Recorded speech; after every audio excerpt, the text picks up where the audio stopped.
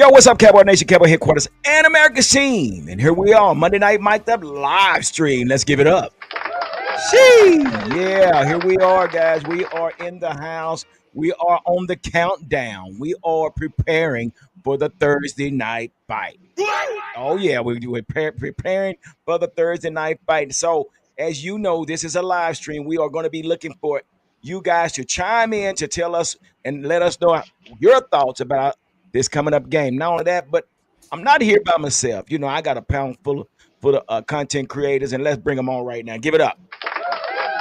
All right, we got Danny Savage, draft guru in the house. We got PR Cowboy, and we got the Cliff Tarno in the house. Give it up one more time. How's it going, guys? What's going on, guys? Cliff, how you doing, brother? You doing okay? Man, I am sitting at the house in Texas, and I'm loving life. No way. I'm actually home for more than 48 hours at one time. Oh my gosh! Well, enjoy the 48 hours, my brother. All right, give it up for Clifford Tarno. All right, we got football junkie. How you doing, man? You doing okay today? Oh yeah, I'm doing fabulous, man. How y'all doing? Oh man, we're fired up. We on the countdown. We are on the countdown to the Thursday night fight. And with that being said, we got Danny Savage, draft guru, all the way from the East Coast. Danny, how you doing tonight, brother? Good. Can't complain. Just I'm glad college football is here. This all weekend.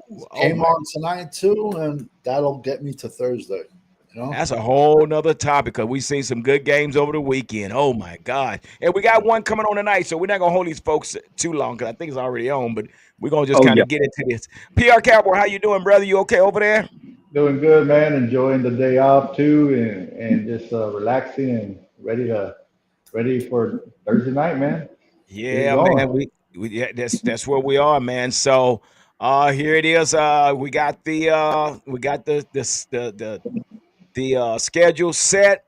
Thursday night on NBC. Kickoff is 7:20 on September 4th. Right now, guys, they got Philadelphia at 68.7% to win, and Dallas Cowboys 31.1% to win. Danny, are you surprised? I'm surprised it's not much higher, to be honest with you. The Philly. Oh my gosh. I mean, what are we talking about? Cliff, 68%. I mean, they're not giving the Cowboys a chance. I mean, dude, we got all these weapons. What are we talking about? Come on, 31%? You know, it's a great thing to be underestimated. Is all I'm going to say on that. Yeah, and I agree with you. And that's all we can do. Going as the underdogs, maybe we could take out Goliath. I want to know, what do you think, football junkie? I plead the fifth.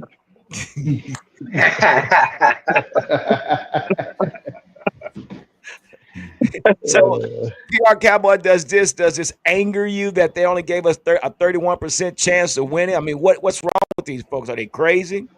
No, I like it. I mean, you know, you look at it on paper, the Eagles, you know, they're very good at every position there is. But you know what?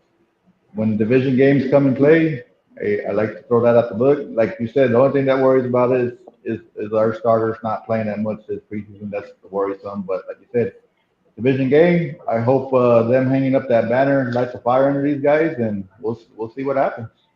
Yeah, sure, man. And right now we got our fire starter, Patrick Wright, is in the house. Give it up for Patrick Wright. He said, "What's up, Cowboy Nation?" We also got now Lord Nova is right in the thick of things. He's up there in Pennsylvania. So he said, "What's up, G? I'm ready to go, Cowboys, and help the Eagles. I'm holding it down in Philly for the Cowboys. Give it up for I got Lord Nova holding it down." Oh yeah. He is enemy territory for real. He is in enemy territory for real, man. We also got Roxanne. You don't have to turn on your red light. It's Roxanne is in the house. Give it up for Roxanne. So, with that being said, Danny, now Philadelphia got quite a few key pieces missing. Here's a few names. They're missing Milton Williams, defensive tackle, Josh Sweat, Brandon Graham, defensive back Darius Slay, C.J. Gardner, Isaiah Rogers, some other notable losses, Kenneth Gainwell, which is a backup running back, Oren Burks, which is a linebacker. So they got, and then they lost Kellen Moore. So how they going to sit here and give them 68% chance of winning? They look like they got some missing key pieces. What do you think? Well, Milton Williams, the defensive tackle out of Louisiana Tech, he was a backup pretty much. He was a Okay. backup. The one DB you spoke about, they traded him away, but you could just fill Cooper DeJean in his spot. And Sweat will, I think, hurt them a little bit losing him. They also lost their right guard, Makai Becton. They only had him for 1 year though, 6'7", 380. He originally was drafted by the Jets as a left tackle, but he failed. And then Philly got him for 1 year for $5 million, and he blew up. And they turned that into a 2 year, $30 million deal he got in San Diego. So, but they're going to put Steen, their pick from Alabama 2 years ago, at right guard. I mean, listen, basically, not any team goes into year to year with the exact same players because there's just so much turnover in the NFL. And like especially Dallas, because like Dallas is the king of signing players to 1 year contracts. So I don't know.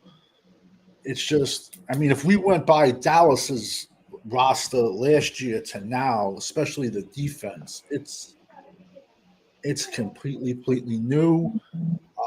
It's listen until Philly gets knocked off, they're the Super Bowl champs. They're number one. So, yeah, I mean, you got to give it to them. But I think we have a lot more question marks than they do. We have a lot of But guys coming I back, think but we have. they're injured. You know. Mhm. So I think football junkie and myself we just did a show a few days ago, and we listened to this one commentator call a lot of these call this team and a bunch of independent contractors. Wait a minute, That's fair.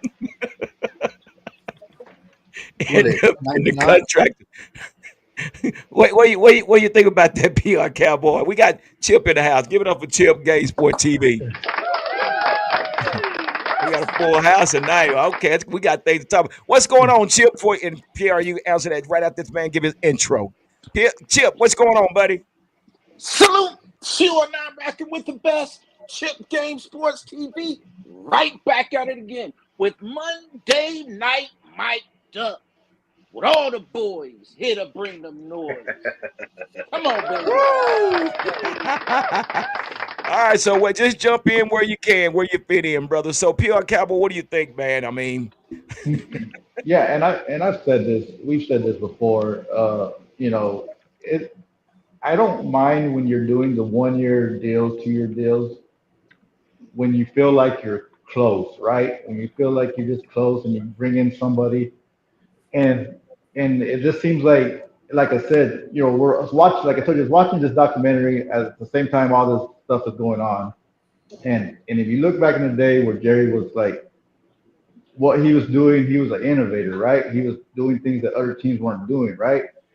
And now he's just gone backwards where he's just catching up to people, and he's 2 steps behind everybody else now. yeah, And because you saw teams doing this 1 year, 2 year deals before, like the Patriots and some of these teams do this, and they just kind of follow suit because they're 2 steps back. And this is where we're at. And as I'm watching this documentary and watching what we're doing, it's like, man, it just all comes together now. Just like he's not the innovator no more. He's not doing things to get ahead of teams or nothing like that. He's following teams and he's way behind on everybody else. ooh, But and I feel like he's putting the teams, like he's putting good enough teams, right? But they're good enough to get you to the postseason. But he's not making that one extra move that was going to put you over the hump. And that's what he used to do that he stopped doing. what do you think, football junkie? What do you think about that?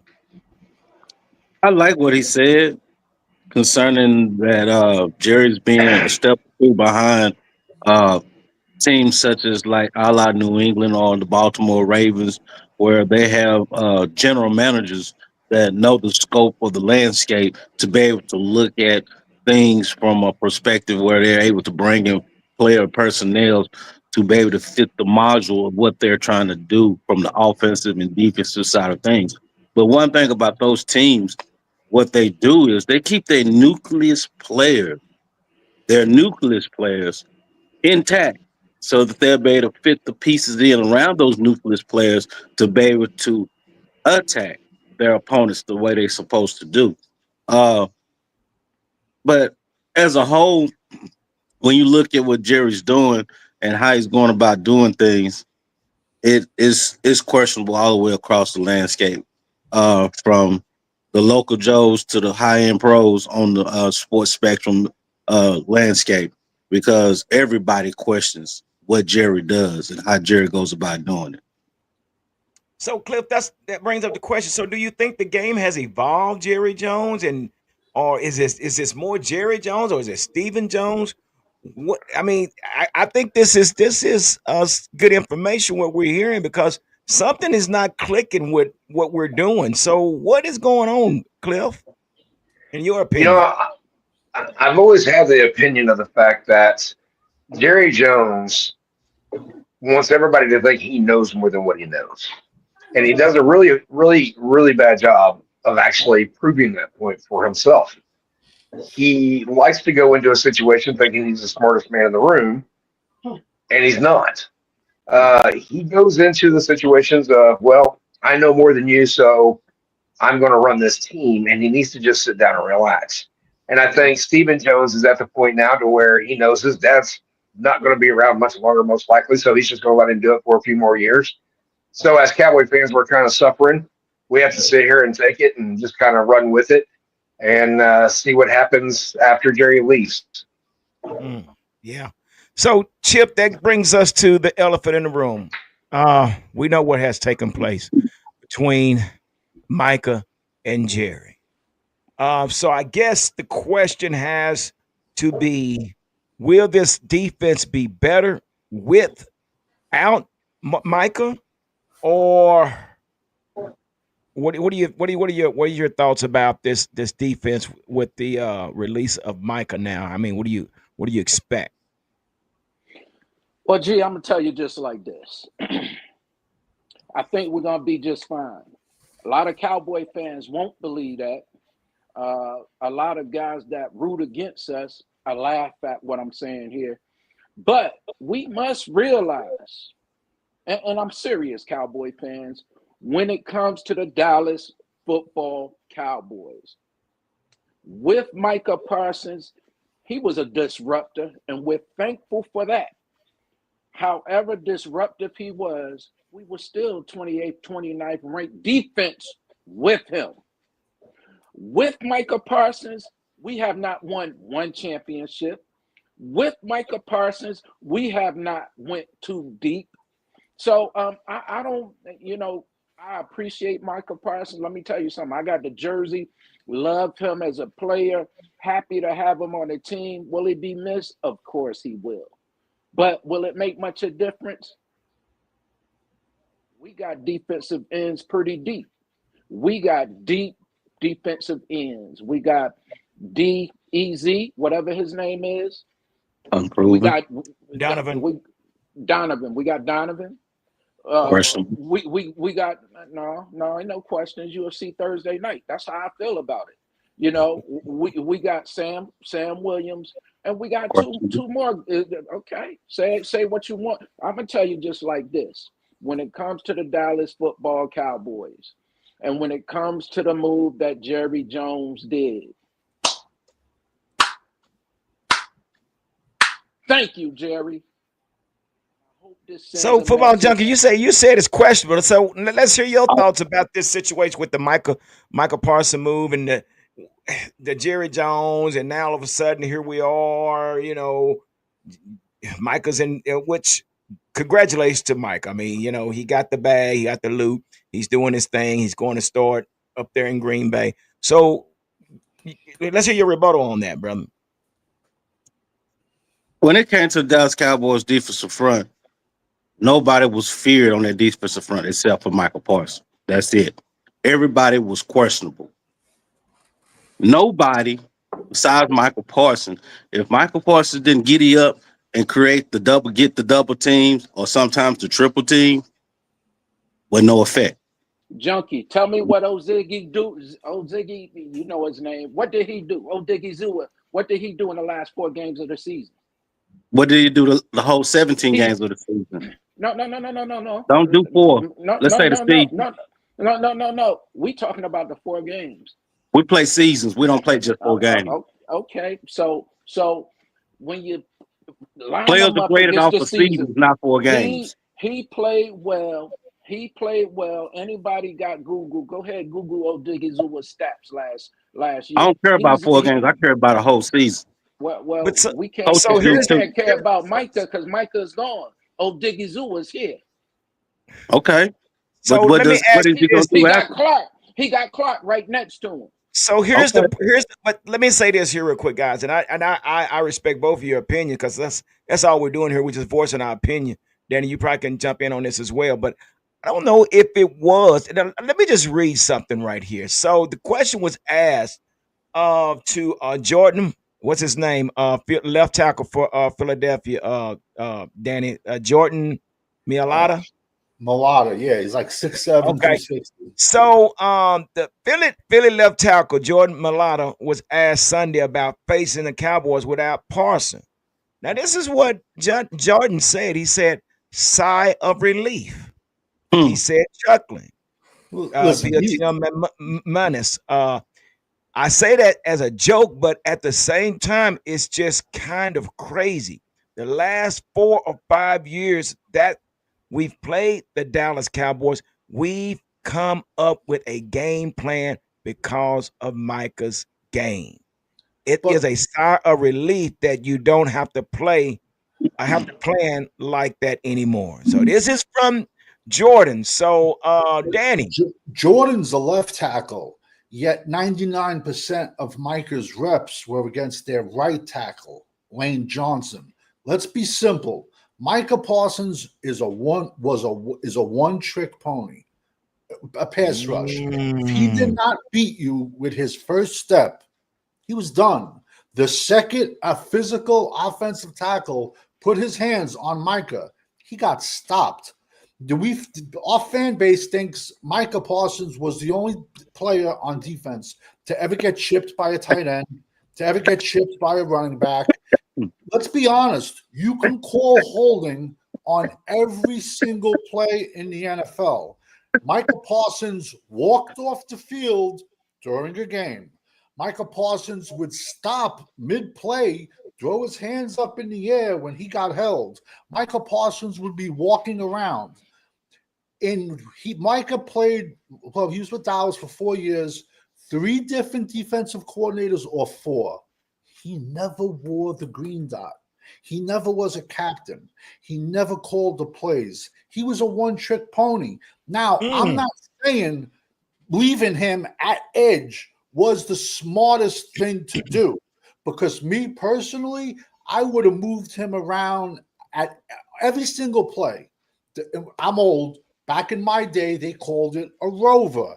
You blind Rover. him Yeah. wherever. And then when the quarterback gets under the center, he has to look. But Dallas didn't do that because the Dallas I know is the only coaches that ask their players, well, where do you want to play? So Micah, do you think Micah's going to say, no, put me at linebacker where you're going to pay me $20 million? Well, let me play edge where I'm going to get $47 million. Our defense sucked with him. He fed off the bottom feeders. Most of his sacks came against the Giants and the Carolina Panthers. I'm just saying, like, my only problem was I got no problem him leaving. My only problem was the compensation because we Yeah. got fleeced. And yet Green Bay paid him all of that. But should it have Green Bay, like, 2 years ago? Green Bay walked into Dallas Stadium. We got destroyed. Micah had 1 tackle, 1 pressure, and then the next day said, oh, yeah, I played great. Compared to what? Everyone has a trade value.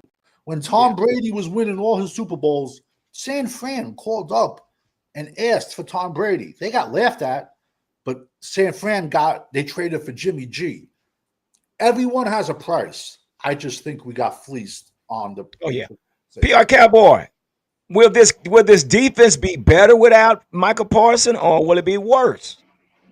You know, it's going to be, like I said before, it's really going to be all up to the offense if this defense is going to be better or not. Because if you're going three and out like you were last year, that's that's the recipe for disaster for any defense that's out there. I don't care what defense it is. So the offense is, you got time of possession, you got the ball for 10 minutes, and they got it the rest of the time. That is not good. So that is one thing. And like I said, look, on this whole thing, I said since last year I was okay with trading Micah, but by the draft. By draft time, I was okay with Yeah. that because I felt like you would have got more and you got somebody to help you this year. So the timing of it and the team they sent them to is where I have a problem with it because if you're trying to compete, that's a team you can never get past in the playoffs, and you just sent them that guy. So now we will not know who's the winner of this trade. You can say right now, oh, they won or whoever won. But if Green Bay doesn't go and win a Super Bowl with them, you didn't win the trade. If we don't build a Super Bowl team with our assets we got from them, you didn't win the trade. Green Bay Yeah. was a top five defense last year. Let's see how the season plays out. Do they fall? Do See. they regress with them, or do they get better with them? There's a lot of things we got to see. And we were ranked what 28, 29. Do we jump up, or do we stay the same? There's a lot to see here, and like I said, it's going to be mostly up to the offense if they can run the ball, keep time of possession, and help the defense out. That's where it's going to come and play on how this defense is going to look. So with that being said, that's great, man. I like what you just said, PR Cowboy. So basically, we know that Packers were in the top five last year, and we was at the bottom last year. So, Cliff, what does this do with the absence of Michael Parsons from our team and the addition to him at the Packers? Uh, How does this pan out? I understand, but we're just giving our opinion. But what do you think about that? Is what by us losing him, are we going to be able to excel better at this defense on this defense side of the ball? Because you got to remember, we done had three defensive coordinators in 3 seasons. Wait a minute, you on mute?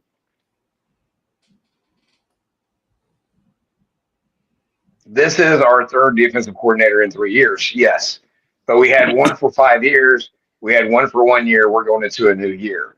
So Micah Parsons only played under two different defense coordinators here. Yeah, That was Zimmer and that was Dan Quinn. Now the trade thing, like you're saying, we don't know who's going to be the winner of this trade. It's going to be 18 months before we know if the Cowboys won because it's going to take next year's draft, 6 months of that kid playing. So 18 months from right now, we'll know how we did in the draft. That being said, I think it's going to actually be able to spread our defense out a little bit more. We depended too much on Micah on that left edge. We depended on him to be there by himself on an island, pull a double team, and then everybody else is everybody else. We stopped playing as a team defensively when we started doing that. That first year we had Micah where we used him as a rover more often, as a true linebacker where he could go anywhere he wanted on that line and pick his spot where he wanted to go through at. That was the best our defense was.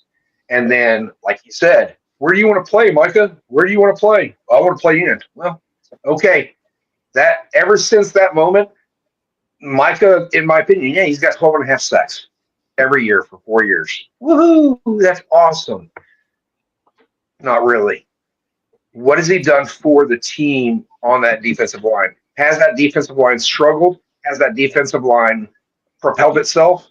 And in my eyes, yes, Micah Parsons absolutely going to be missed. 12 sacks is always going to be a thing that you miss on your team. But he never propelled the defense to a higher level because he was always there on an island. So, in my opinion, yes, going to miss him. Dude's a great player, but I think this is going to make our defense where we have no choice. Everyone's going to have to come together as a true team on that defensive line and work together like we did years ago in order to make sure that everyone's doing their job and not just leave one dude out on an island creating huge gaps people can run through. So that's where I'm at with it. I think it will help us right now. At first, it will hinder us. Yeah, and I appreciate that. I appreciate that. That your thoughts, but I have to look at it in a more detailed way. The last 5 or 6, 7 years, the problem that we have with this defensive line is not being able to stop the run. I know we keep putting all the pressure on what Micah, what did he do for this defense? But Micah is one of the 11 players.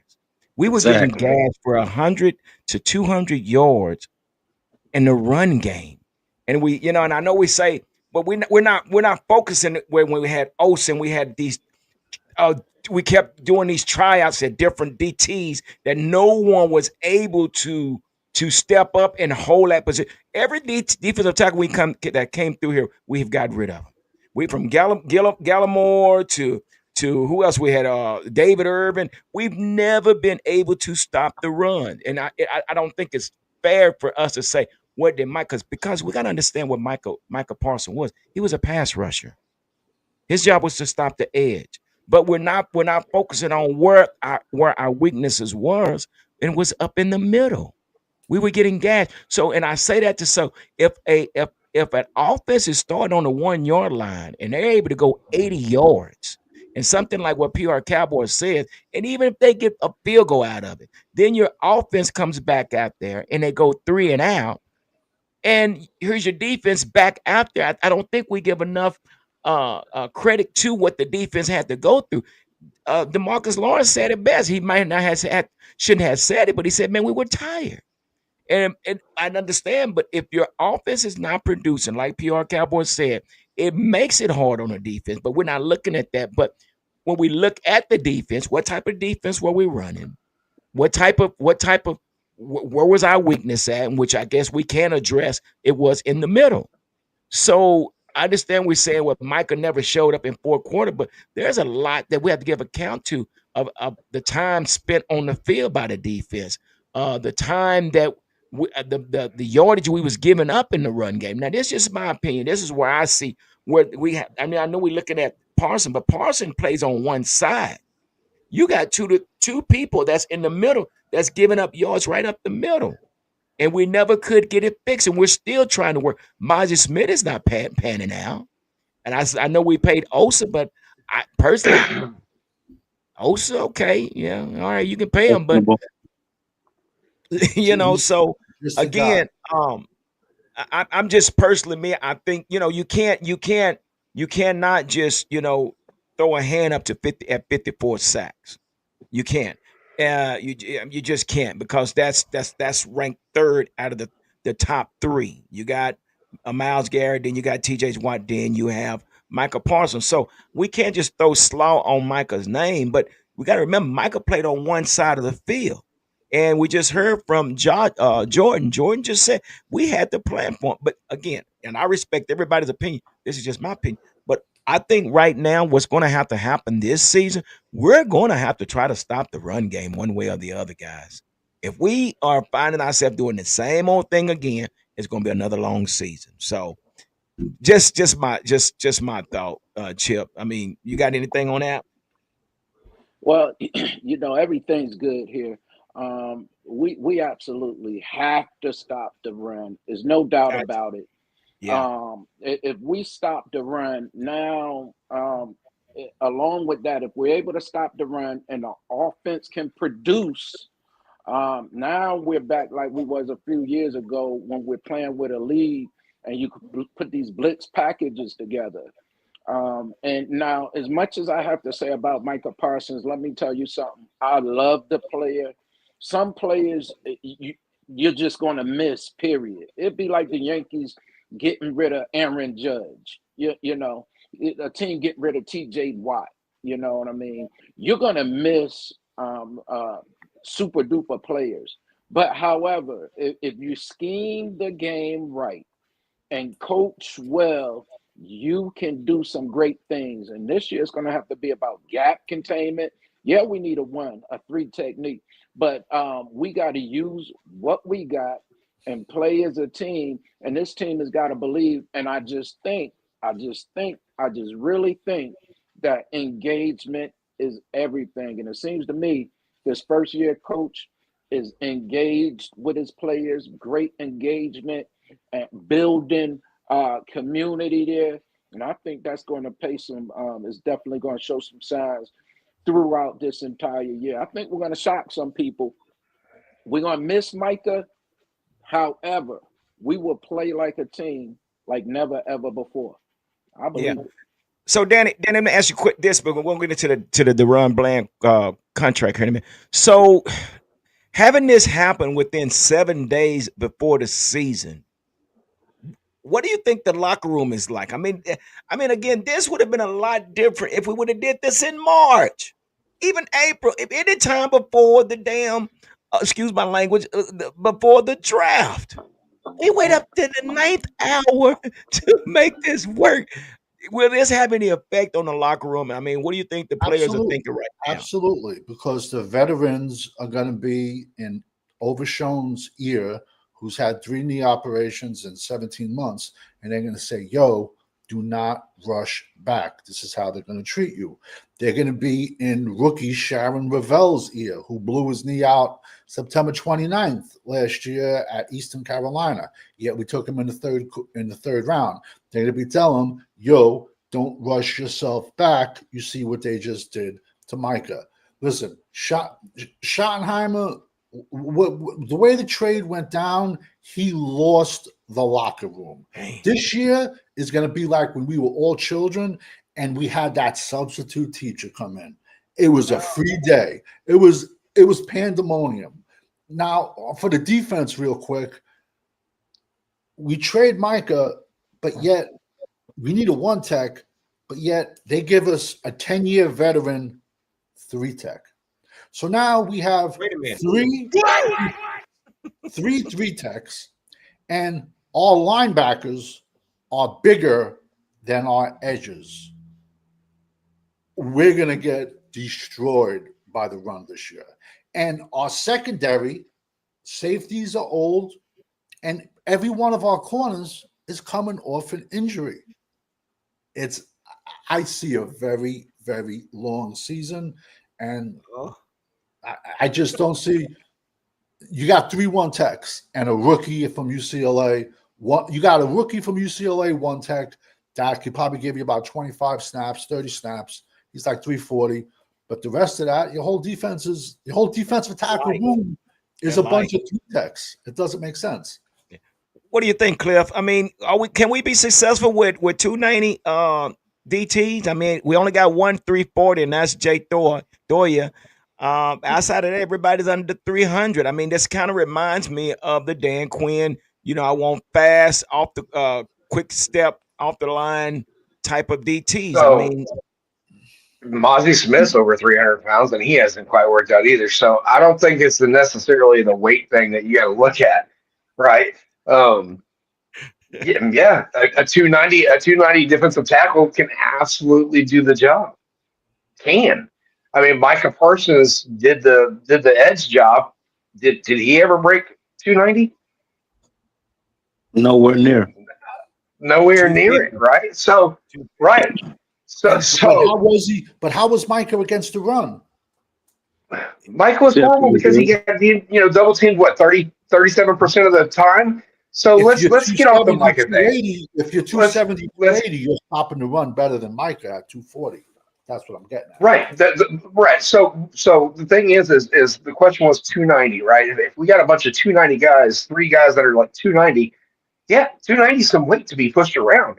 Depends on your strength, though. Is their strength conditioning up to par? Are they going to be able to move people out of the way, or are they going to be moved out of the way themselves?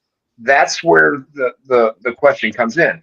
Again, Mozzie's like 330, but I don't think he has the strength to move people. He's 3 bills, 300 pounds. Mozzie. Yeah, he's 300. But 300. again, that's what I'm saying.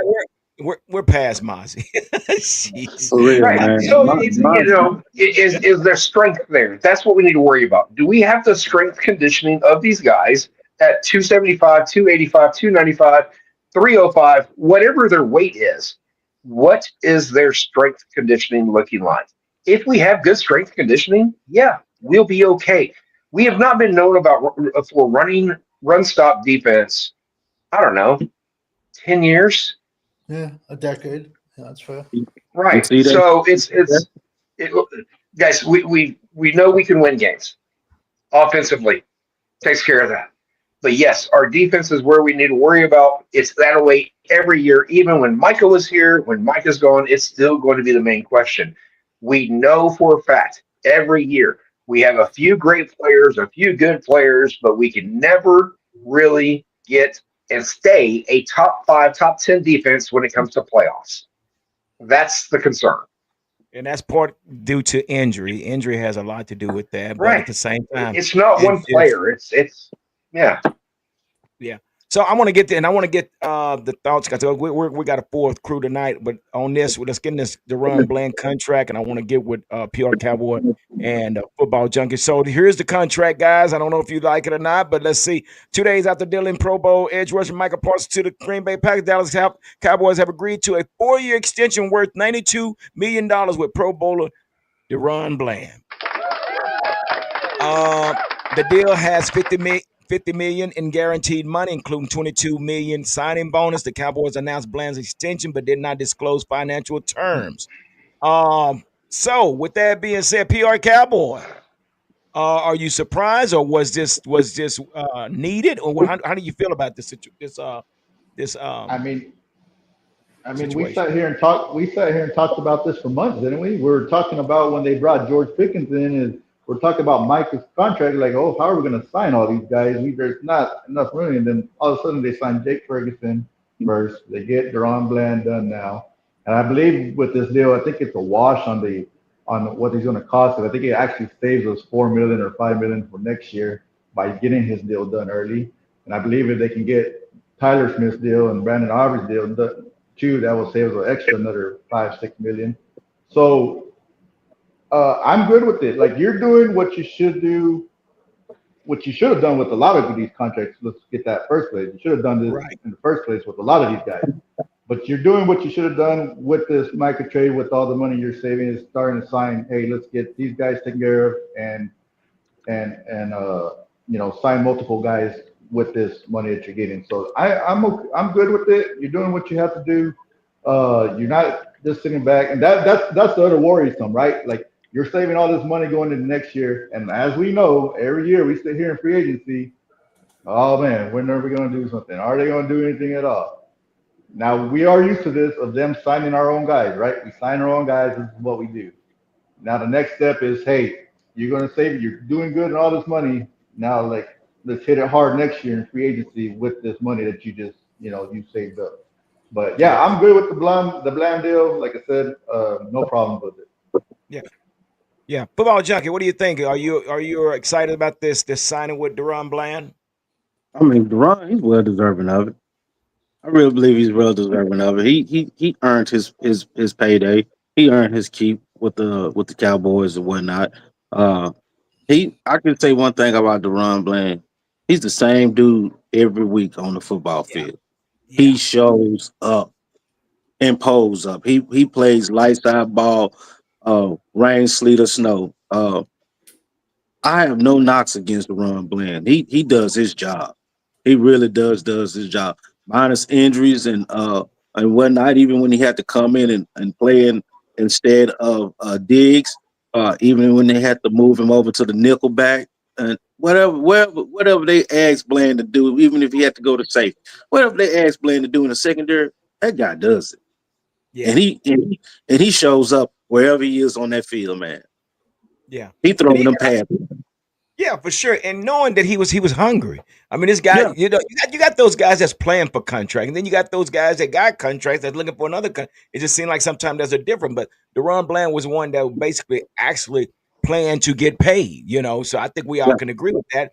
And and I thought there was something to just see him with as many interceptions that he got on. Was it? I think it was last year. Was it last year or year before last? Was it Year last year? before last. Year Year before last. before. Oh yeah, yeah. So yeah, I say I say the same thing. I think he's well deserved of this contract. So Chip, let me get into this real quick. So here we are on the countdown. Brian Schottenheimer's debut is going to be on display. Okay, It's going to be on display. So, what is this going to look like now? And this is the thing. I mean, this is the thing I'm trying to figure out. Not only is this his first head coaching job, but he's also the play caller. So if that's the case, who's going to manage the game? I tell you what, G, this is a tall glass of water for Schottenheimer here. First game, you're coming off of losing a Hall of Fame player for sure, and Micah Parsons. Did that? First of all, did it disrupt your locker room? Is there any confidence shaking? Do they believe in Shotty? Does Shotty have their ear? Does he have their heart? I really do think you need to be a move around coach for sure. I think you need to, especially with as many as challenges as we have, a slow starting offense. Can we start fast? A defense that's going up against an awesome running back, and just because you got an empty set back there with the Eagles doesn't necessarily mean that they're going to pass it. They go empty set with nobody back there, and still have a run play. Can Shotty out coach the Eagles coach? Something to think about. Is definitely something to think about. Uh, it's a tall glass of water. Fingers crossed. I'm rocking with the boys, but I'm concerned. Yeah. Yeah, and let's welcome Cowboys champ. Cowboys champ is hanging out with us tonight, so we'll give it up for Cowboys champ. So Cowboys champ, here's the question right here, and I'm just gonna throw it on you right quick. So this is Brian Schottenheimer's debut, coaching debut, and it's going to be put on display on Thursday night. But what is it that he's going to have to do in order to gain the trust from the fans? I mean, this is a tall order, like we just said. It's a tall order for Brian Schottenheimer, knowing that he just lost one of the best players, and then we got to think about the locker room. So this is his debut. What is it that he's going to have to do in order to keep the fans uh tuning in? Well, first of all, he gonna have to look at some old footage of Jimmy Johnson's speeches. Not his daddy, but Jimmy Johnson. He need to go in that locker room and say, "Hey, uh, we're done with all the distractions. Uh, it's really us against the world. Even some of our old fans don't have no support or faith in us. We're gonna have to go out, especially Thursday night, punch the Super Bowl champs right in their nose and show them that we mean business. And if anybody on this team don't want to follow up, there go the door. I will find some players who wants to be in the organization and win. It's Okay. going to start with him. Yeah, Cliff. Debut is Thursday night, man. The man is not only is he head coach, but he's calling the play. Lord have mercy. And then what are we doing with Clayton Adams? I thought Clayton. Look at the Cowboy. you know, let's hope and pray that he concentrates on one part of the game. Let his coordinators be coordinators, and let his assistant coaches be coaches. Right? Let's let him come into this league the right way as a head coach, and not think that you have to make a name for yourself right off the bat.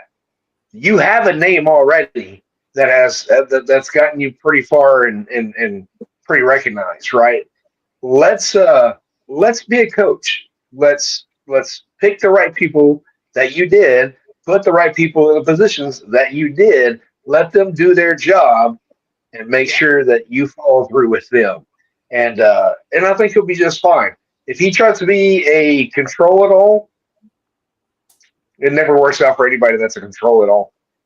Put your yeah, people in the right spot. Let your people do their job. yeah. Danny, that sounds like the perfect recipe. Let I let mean, make your job easy. You I brought mean, these guys in for a reason. So what do you think, Danny? he's not a control it all person. His father was a player coach. His father was a great regular season coach. He just was horrendous in the playoffs. But I mean, when it's time to make tough decisions, I don't know if Shotty's gonna do it because I still have nightmares from the draft weekend when we all were live, and Shotty was just sitting in the corner. It was like Thanksgiving when you got the little kiddie tables, and Schottenheimer was just sitting in the corner. Didn't have a word to say, but yet the Joneses' grandkids are running around with iPads saying, "Oh, look at this, look at this, look at this." So me personally, I don't think. Listen, Jerry, we all know the cancer starts on top. Jerry's only gonna hire a yes man. And I'm going to be honest with you. I don't think any premier great coaches want to come to Dallas. It's not that great job anymore. I'm sorry, it's not. And PR. You scratching your head, and I think I said something. Got your teeth. No, This guy, he man. gives the No, greatest man. emotions. I tell you. No, man.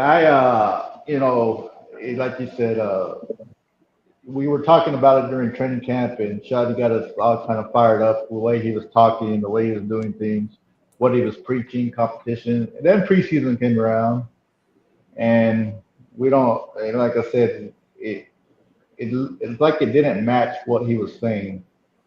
And I get it, preseason, but these days we got to take preseason a little bit more serious, just because we only have so few practices with training camp, and now we're going into a game that's like, man, this is what we have to ramp up right away. Yeah. Um, and but look, like I said, not saying that it can't be done. Um, we got to give the guy a chance here and see what. Like I said, the only way to do is win games, and it starts out tough for him because you get the Eagles, Giants back-to-back division games, and if you go 0-2 in a divisions, that is Damn. not good. That What you got, Dan? Okay. is Go ahead. Go, that PR. Go ahead and is finish, PR. Go ahead and finish, PR. no. Go just, ahead. Yeah, we're good. just real quick, off of what PR was saying, I got the perfect example to get around the rules. The NFL states during training camp, you're only allowed 11 for hit padded practices where you can hit. No problem. You stick to those 11 padded practices. The NFL play with the contract says nothing about playing in preseason games. So to get the guys ready for the season, because we all know there's shape and then there's hitting shape, Yeah. you let them play. Let them play a half in a preseason game. That's how you can get around the rules. Because, as you said earlier, Dallas is notorious for starting off slow. And that's going to be a disaster this year, especially when you look at our last 7 games. So, What? I think that's how a lot of other NFL teams get around the 11 padded practices, because how many starters did we see this year playing in preseason games? A Patrick lot.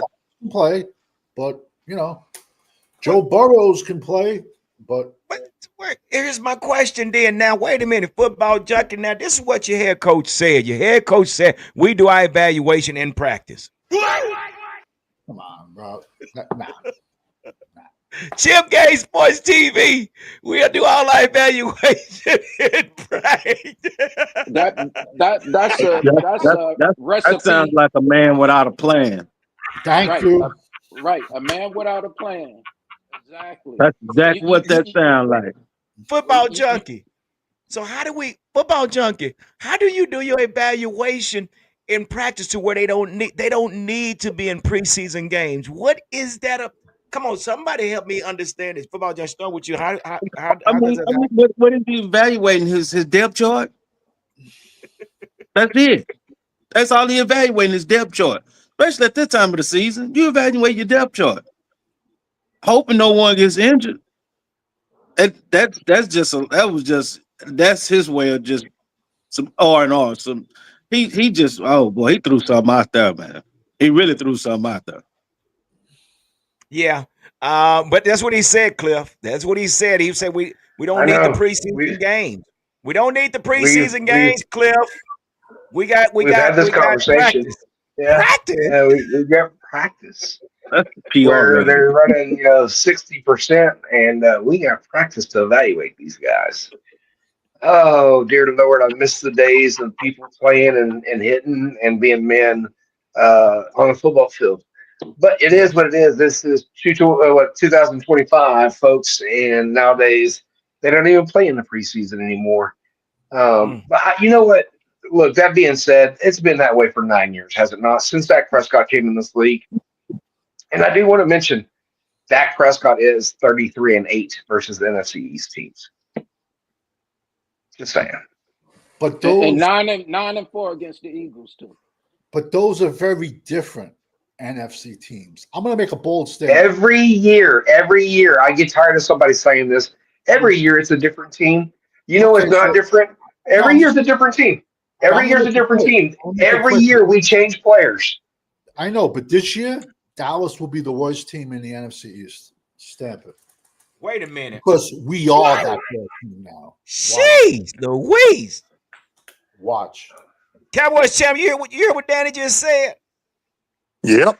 You really, so we're going to be worse than the New York Giants. You're saying I we're going to be worse name than me the New York Giants? Can you name me 5 players from the New York Giants? I can name you about 30. Their skill position players are fabulous. Young defense, that's great. They got Jackson Dart. Right. Good.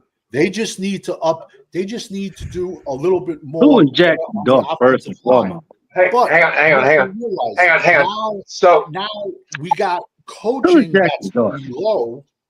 And now when you're going up against the bad teams and Shoddy's getting out coached, listen, when you say 33-8, a year, 2 years in football, that's like a dog's 7 years. A 2-year-old player, it's Danny, I'm gonna say this. I'm gonna throw this at you, Danny. I know for a fact, and I ain't seen Shotty head coach a football game one yet. None of us have, but he's better than what we had previously over there. That was our quarterback to end up being our head football coach. He's a better coach than that. I wasn't. I did originally have. He's better coach than Jason Garrett, man. I had faith in him Hang on. only because he played under I Jimmy. thought this guy was a Cowboys fan. Say that again. Well, now listen. To sit there, I don't know as much as you know about football. I'm sure, sir. I'm sure you're way better at it than I, especially if you can name 30 players on a 53-man roster for the Giants. That means you obviously know a whole lot more. So let's clarify one thing right now. The coaching staff for the Giants, I wouldn't take them if I was on fire and needed to be spit on. Okay, that coaching staff for the Giants is what is going to make the Giants lose. It's nothing to do with their roster. Who's the head coach of the Giants? Brian Daboll. I was asking him. I was asking Clifford. Who's the head coach? If I'm sitting here talking about the man, Brian Daboll, who used to be the coach for Josh Allen, he got his credit from Josh Allen because Josh Allen, he did this for Josh Allen. No, he didn't. No.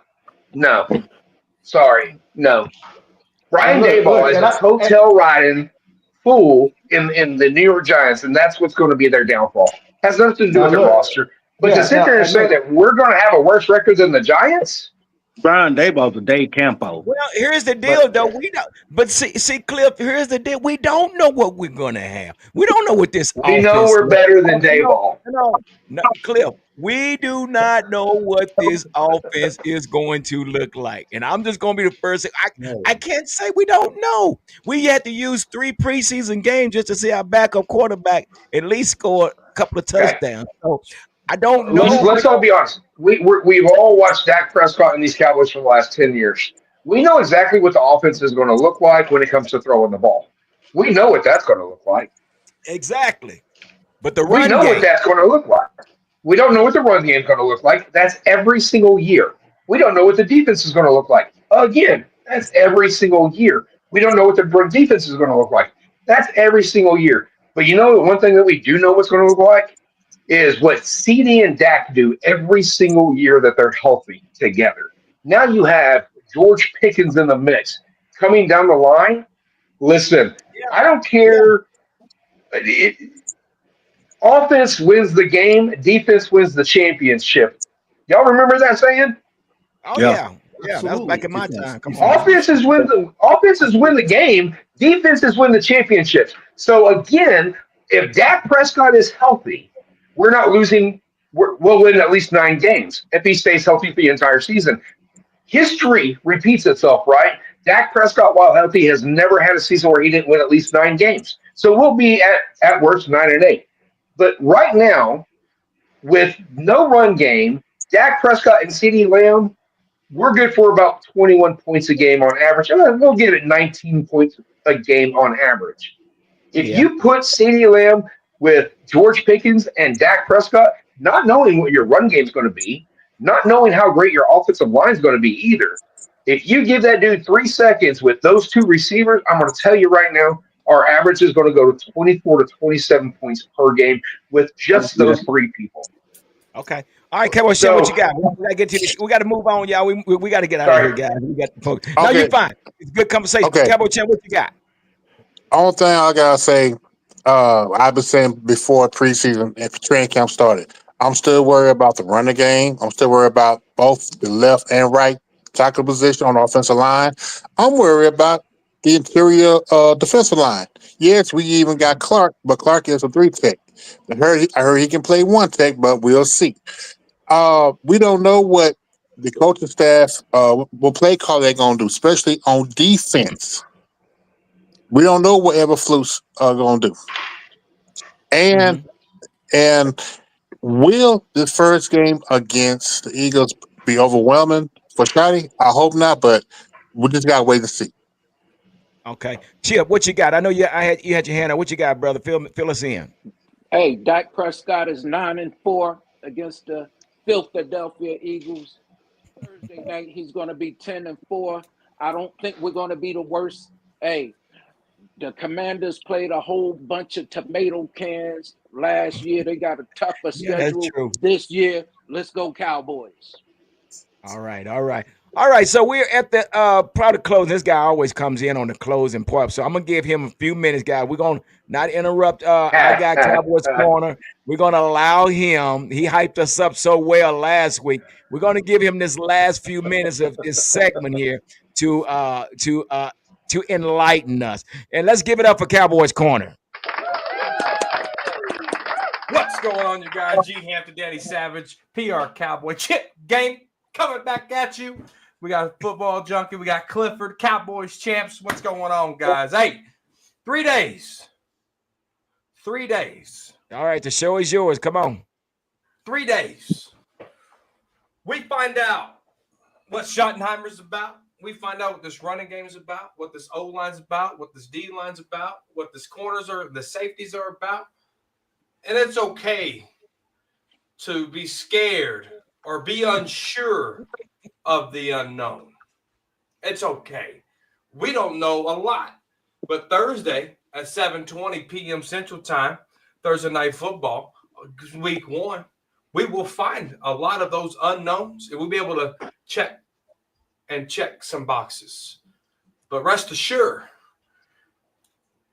before that ball's kicked off, whether we're kicking off or whether they're kicking off, I need 11 guys on each side of the ball to go out there and answer those what ifs with what now? With what now? We're here. We're the Cowboys. We're the big brother. See that banner? Fuck your banner. That's what I want the attitude to be. I want Dak Prescott to say, you know what? I'm 32 years old. I'm the highest paid player in the league. I'm going to take advantage of it. I need CeeDee Lamb and George Pickens, that brotherhood that they're forming. I need that to result onto the field. I need the linebackers. We got almost a 98% linebacker turnover. Jack Sandberg, Kenneth Murray Jr., Maris Lufauer, Damone Clark. I don't care who's starting. I just need a dog. Who's going to step up? Who's going to step up? I'm tired of puppies, man. I'm tired of puppies. It's time for these guys to go in there, dominate, and make it hurt. Pun intended. Make it hurt to those Eagle fans, all right? Speaking of hurts, knock him on his ass. Keep him in the pocket. Let him know that might be Lincoln Financial Field, but that's Cowboys' second home.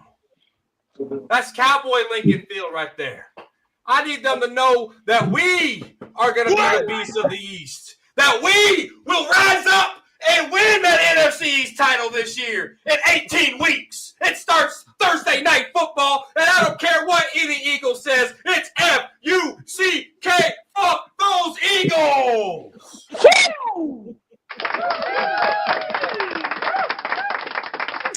So there you have it, guys. Cowboy Corner always come in the last part of the segment. He always ends it well for us. So with that being said, Cowboys Corner, what is your final score? Before we get out of here, what is your final score for Thursday night's game? Starting with you. And then, Hopium, matter of fact, go ahead. Yeah, I'm sorry. Go ahead. hopium, lithium, titanium. Cowboys 35-30.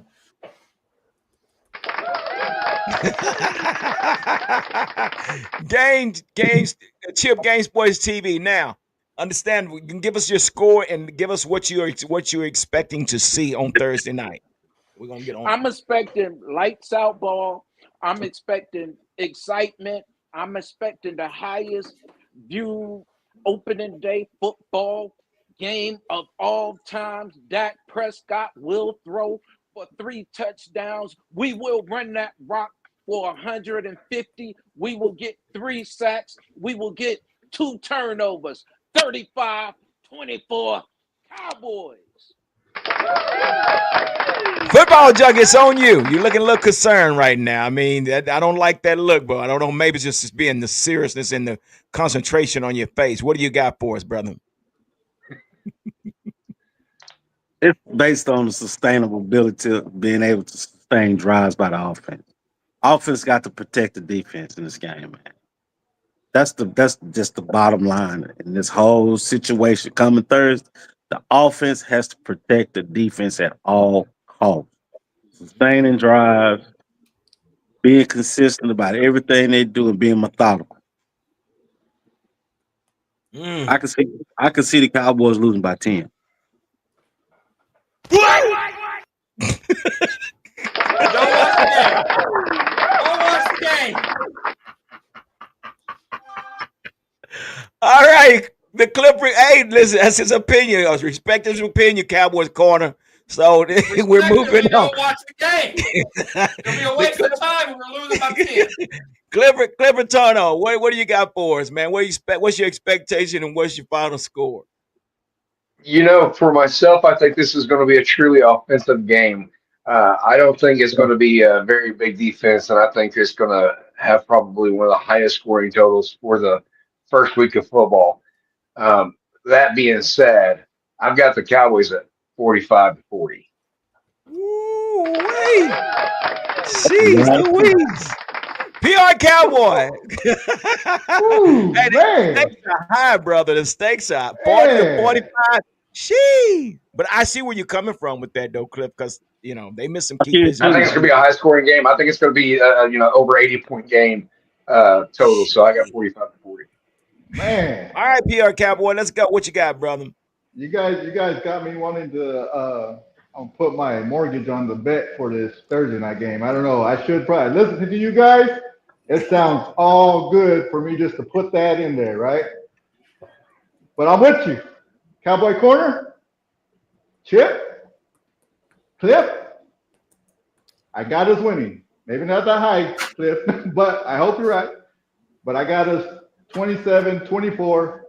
I think like you said, there's a lot of unknown. There's this and that, but you know what? They're gonna hang that banner up, and we're gonna look at that, and we're gonna come out with fire. And that's gonna propel us to win this game Thursday night. We kind of like Hollywood. If you look at the screen, we look like Hollywood Squares. You that game, Hollywood Squares. I appreciate all this. Danny Savage, what do you got? Fill us in. What's your expectation and what's your final score before we get out of here? Well, I definitely think Dak Prescott will throw 3 touchdown passes. The only problem, it'll be like in the last 7 minutes of the game. Listen, I would love nothing more than Dallas to go in there and upset the Eagles, but I'm the type of guy I got to see it to believe it. So I'm going to go with I do agree it's going to be a high scoring game. I do agree there because both teams have weapons, but I think it's going to be. I think Philly's going to win by at least 2 touchdowns. At least 2 touchdowns. So let's go 40 to 21. 40 21.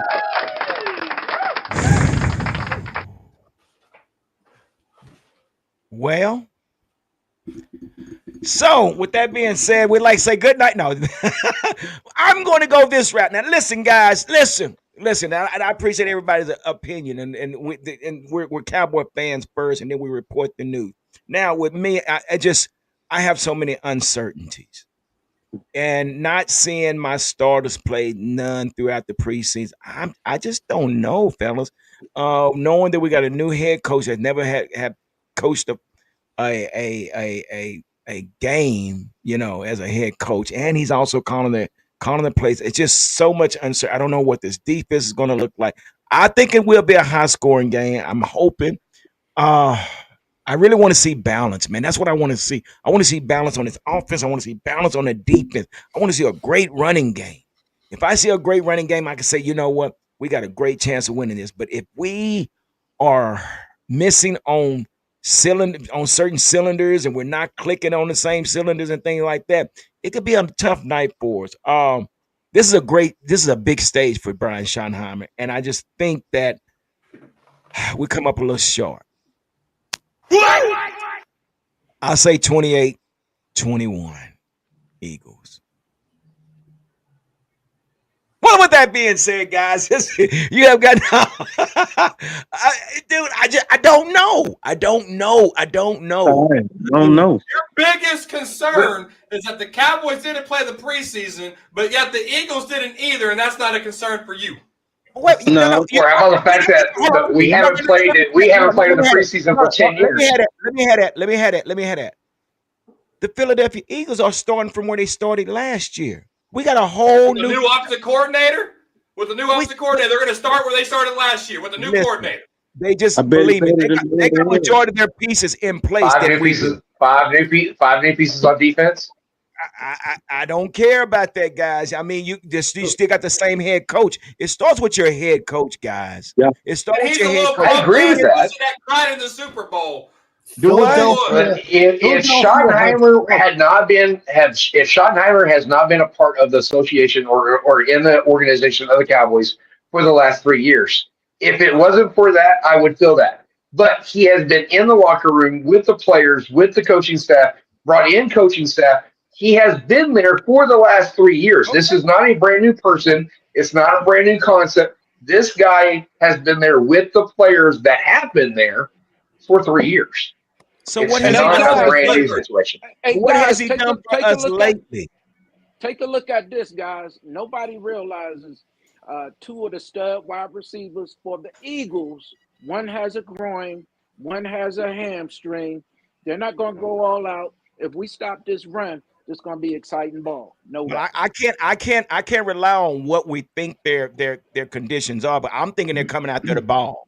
So AJ Brown is dealing with a hamstring issue right now.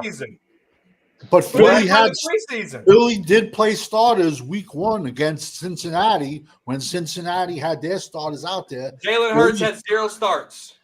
I'm not sure. I didn't say. I got 2 Super Bowls too. Philly had starters on defense. He has 1. Jalen Hurts has 1 Super Bowl.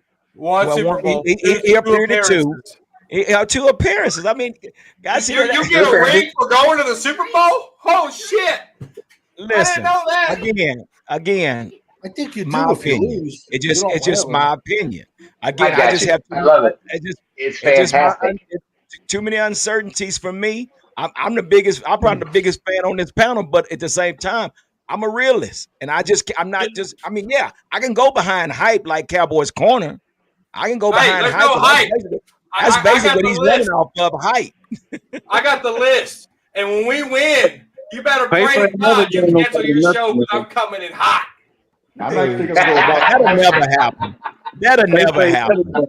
That'll never happen. You just make sure you show up if they don't win. How about that? That's what real Cowboys do. And 5th quarter Cowboy, he on top of that list. I'm gonna cook his ass too. Okay. Well, okay, guys, we got to get out of here, man. What you got, Cliff? I just want to say, no matter what, Cowboys fans, we do or die, no matter what, win or There you Yep. loss, go. we all here always. There you go. So with that being said, guys, like we always say, continue to stay safe, continue to be blessed, and like my guy Cliff always says, continue to be kind. Be kind unless you're a Philadelphia Eagle. We're out. Deuces. Stay